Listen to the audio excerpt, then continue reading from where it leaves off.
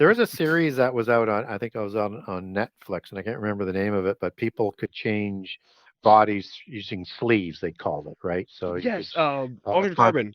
yeah, that's the one. And so this notion that you can transfer the spirit or your consciousness, upload it and download it is a concept that they're putting out there. I don't know whether or not humans would be able to do that or not, or they'll be deceived that maybe you might be able to do that down the road.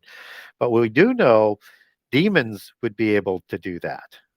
And we also know that there's an ability to create not only clone parts, but maybe a whole clone body that you could be able to do it. We do know they'll probably need some sort of clone body or transhumanism type body for the demons to be able to interact in the world. So look for this technology to be more designed after them, but it doesn't mean they won't hold out this promise that you might be able to do that.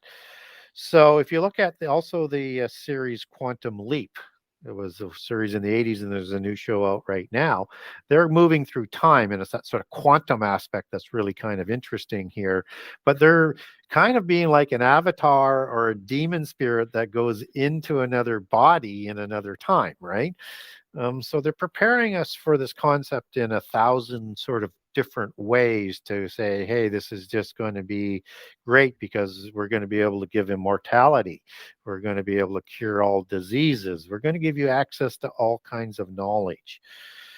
So there are different lanes of technology that are being developed in separate lanes that we see starting to come together into a nexus point. It's still a ways away. So you have AI, and we've seen that Hmm. merge with quantum computing, like with the CERN project. So they're able to go into other dimensions and search in multiple search numbers as opposed to single shot through just quantum. You need AI to search multiple universes or multiple places in that universe at the same time.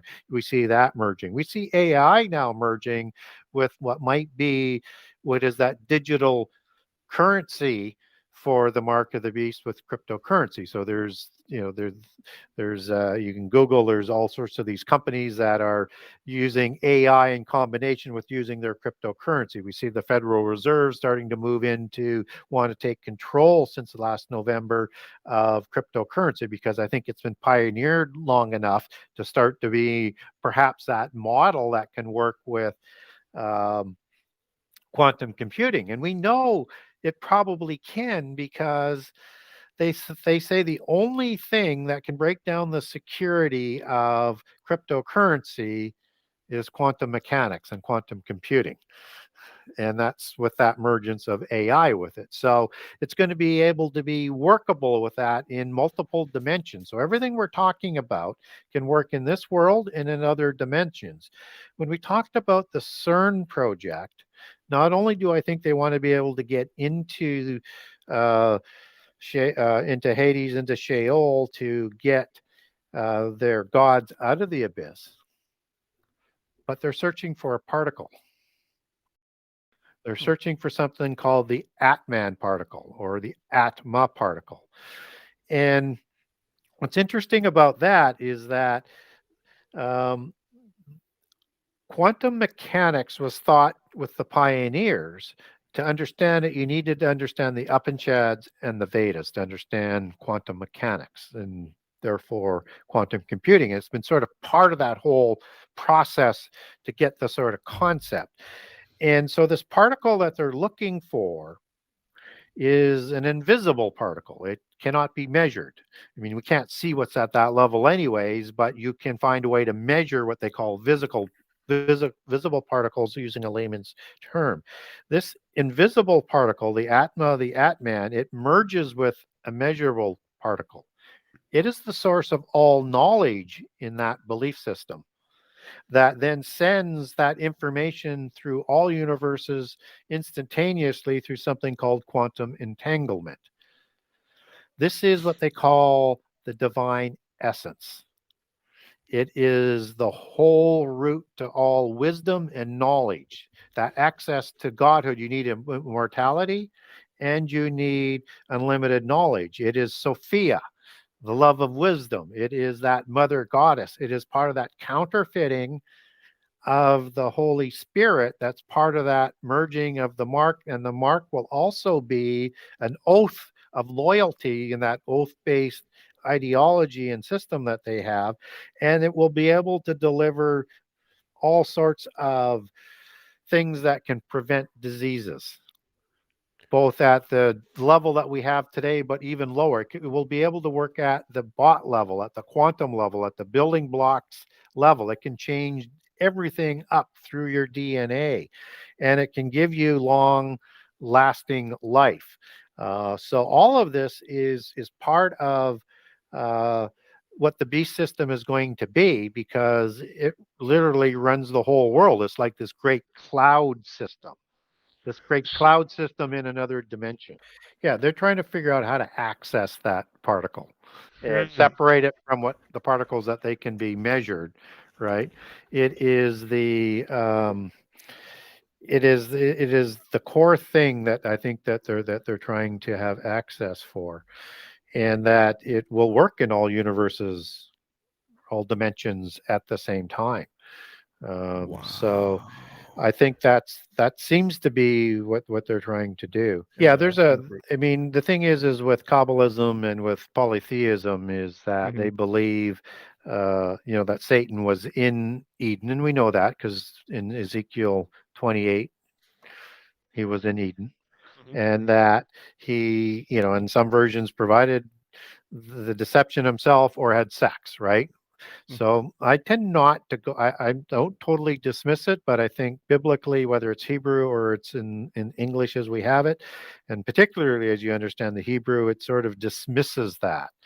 And so it's I like to say Nakash too. It's actually Nahash as the Hebrews. It's that C is silent. It's like a whoring that's spelt with a ch. So, but that is that is an actual being, a serpent, and it's an intelligent being. And the Gnostics believed it was a size, it's as tall as a camel, so it was larger than a human, and it was serpent-like, and that it was walking, talking, and that there may have even been winged ones, like in we would understand as the dragon physically, as opposed to a dragon angel. So the Bible is pretty accurate in its original languages to the words that it's using. If it wants to talk about a seraphim, it's going to use the word seraph, and seraph is the serpent-faced angel, right? Or seraphim. If it wants to talk about a serpent, it's going to use the word nahash, and it's used like that over and over and over and over. Now, whether it's who's doing the deception or whether or not there was sex or not, what we do know is Satan wasn't punished. He did not have his arms hacked off. He did not have his legs hacked off. He did not have his speech taken away. He did not have his intelligence taken away. It was the serpent. So you wouldn't punish somebody else for what you did. Now, you could say that Satan did what he did with Judas, that he used the Nahash as his avatar, as his avatara. I think that is possible as well. But this was a distinct being that was changed in its form to crawl on the ground as it was that it does today. And that I think that we have to make sure that whichever language we're looking at it at, that we're not creating contradictions within the Bible. And you just can't sort of make that mesh. And the ones that go with the idea that Satan had sex with Eve, even within the same sentence, you start to get contradictions as you look at what that means. It makes no sense. So it has to make sense in the sentence. It has to make sense in the verse that it's in. It has to make sense in the chapter, and it can't contradict anything throughout the Bible. And when you use that sort of test, it's a serpent. I have a four-part series I did on this, and again, I don't rule it out. Hmm. I even give why some people think, as they use Cain being acquired, which is the Hebrew word kana, which is connected to Cain, um, that he was given because it wasn't born of Adam and Eve. It was born outside of Adam. But again, it doesn't test the time of the strict analysis as you translate each of the words. So I've got a 4-part series on it, walks you through the language as it's written in the KJV and as it's written in Hebrew, and every aspect about it. Every argument that's out there on it, it's covered. It doesn't stack up. But again, I'm not saying it's not possible. I just can't prove it biblically. It doesn't matter to me whether he was or wasn't. I just can't make that biblical support make it stick without contradiction.